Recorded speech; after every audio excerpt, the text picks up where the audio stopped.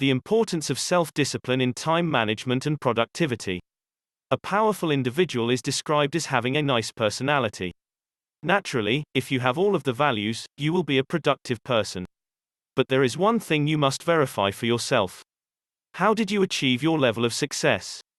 This should be the ordinary, yet important, question you must ask yourself before declaring yourself to be a strong guy, equipped with all the excellent ideals. In reality, a person must first grasp the effect of self-discipline and how it may help with good time management. This is why self-discipline is essential.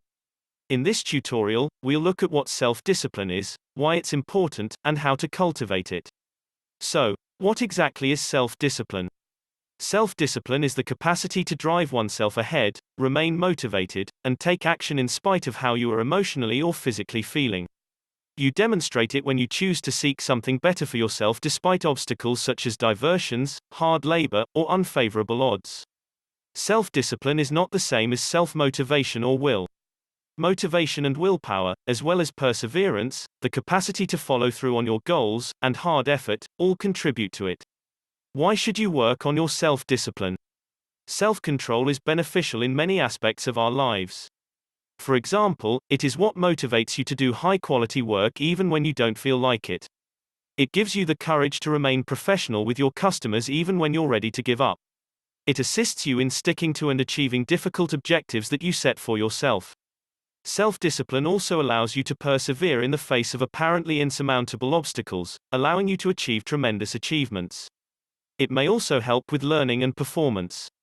According to studies, pupils who have a high level of self-discipline retain more information than those who do not have self-discipline. Furthermore, researchers found that pupils with high levels of self-discipline were more cautious about their assignments, which enhanced their performance. According to research, assessing a person's degree of self-discipline is a better predictor of success than testing their IQ. How to foster self-discipline. Self-discipline is similar to a muscle. The more you concentrate on building and using it, the better it will become. Nevertheless, it is also essential not to set unrealistic objectives from the outset. Instead, establish modest objectives and gradually raise the degree of difficulty over time. The more you practice, the more proficient you will become. To begin improving your self-discipline, follow the following 6 steps. The founding rule of integrity. It occurs because you think about it, say it, act on it, and it happens. One of the main sources of sorrow in today's modern society is that most people are unaware of the effect their words have on themselves and others. Words have power, the ability to add meaning as well as the capacity to remove meaning. According to the creation principle of integrity, everything in creation follows a simple and powerful pattern. You think it, you speak it, you act on it, and it happens. Words are the first expression of ideas or thoughts in the physical world. Those thoughts exist just in your head at first, but once uttered or written, they exist and have the ability to change the world around us. The minute we put our ideas into words, we have begun the process of creation. Unfortunately, we fail to understand the simplicity of starting the creative process, and as a result, we often fail to put sufficient value on the use of our words. Here is a list of 7 fundamental principles for maintaining and utilizing the power of your words. 1. Before you talk, consider your options. 2. Select your words with care. 3. Always follow through on your promises. 4. Be where you say you'll be. 5. Resist the temptation to employ passionate, uncontrolled language. 6. Assume the mic is always on, and that whatever you say will be heard by everyone. 7. When speaking about yourself and others, use powerful words. Determine a goal. Concentrate on only one objective to help you improve your self-discipline. For example, you may want to exercise regularly every evening, or you might want to read one leadership book a week to improve your abilities. You might also exercise self-discipline by focusing on a piece of work for an hour without checking your messages, or by eating bad food for one day. Remember that starting small is the best way to develop your own self-discipline. As your discipline improves, you will be able to shift your attention to other aspects of your life. Make your objective SMART, specific, measurable, attainable, relevant, and time-bound, and divide it down into smaller sub-goals whenever possible. Establish your motivation. Once you've decided on a goal, make a list of the reasons why you want to accomplish it. Make an effort to convey these arguments in a good light. So, rather than stating, I want to exercise 3 times a week to lose weight, I say, I want to exercise so that I can play with my kids and work effectively.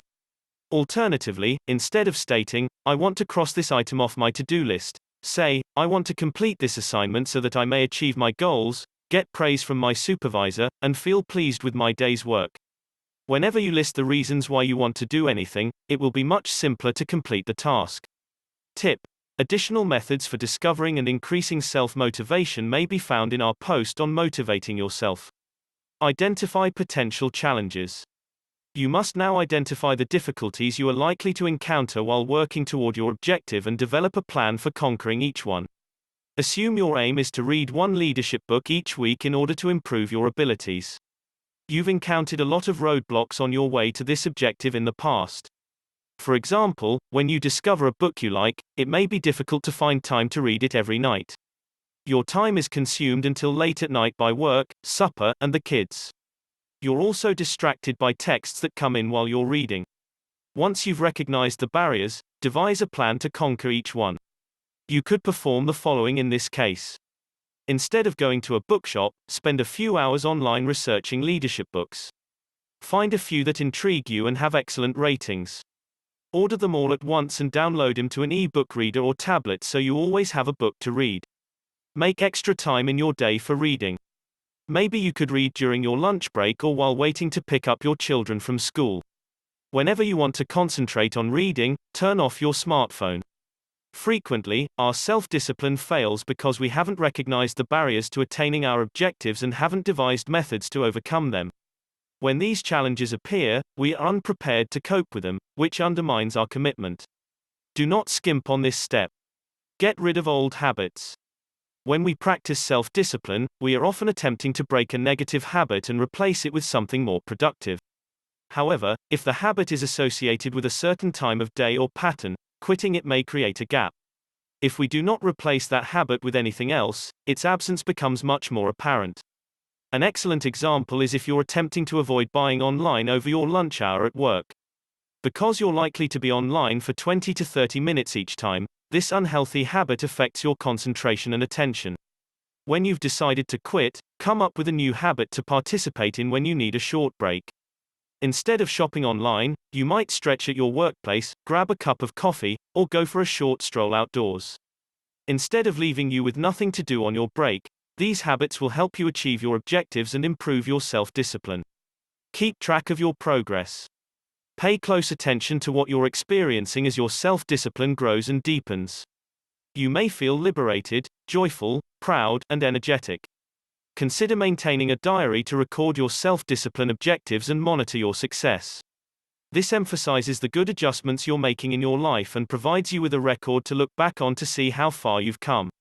Your self-discipline will improve with time, and you will be able to apply it to many other aspects of your life. Further self-discipline suggestions. When you first start developing your self-discipline, try to avoid distractions. Make it more difficult to participate in the activity you're attempting to avoid. For example, if you require self-discipline to concentrate on work rather than social media, use internet filters like Freedom or Antisocial to prevent access to these sites at work. When you achieve an accomplishment, it is critical to reward yourself. Celebrating your achievements will keep things interesting and will reinforce your desire to keep going. Don't be discouraged by a sense of failing or an odd setback. We all face setbacks and failures, it's a part of life. Recognize your error, learn from it, use what you've learned, and move on.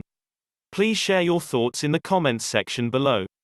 And if you want to learn about time management and even become a time management teacher, check out the Time Management A to Z Trademark, Ultimate Productivity Skills course, which has a link in the comments area.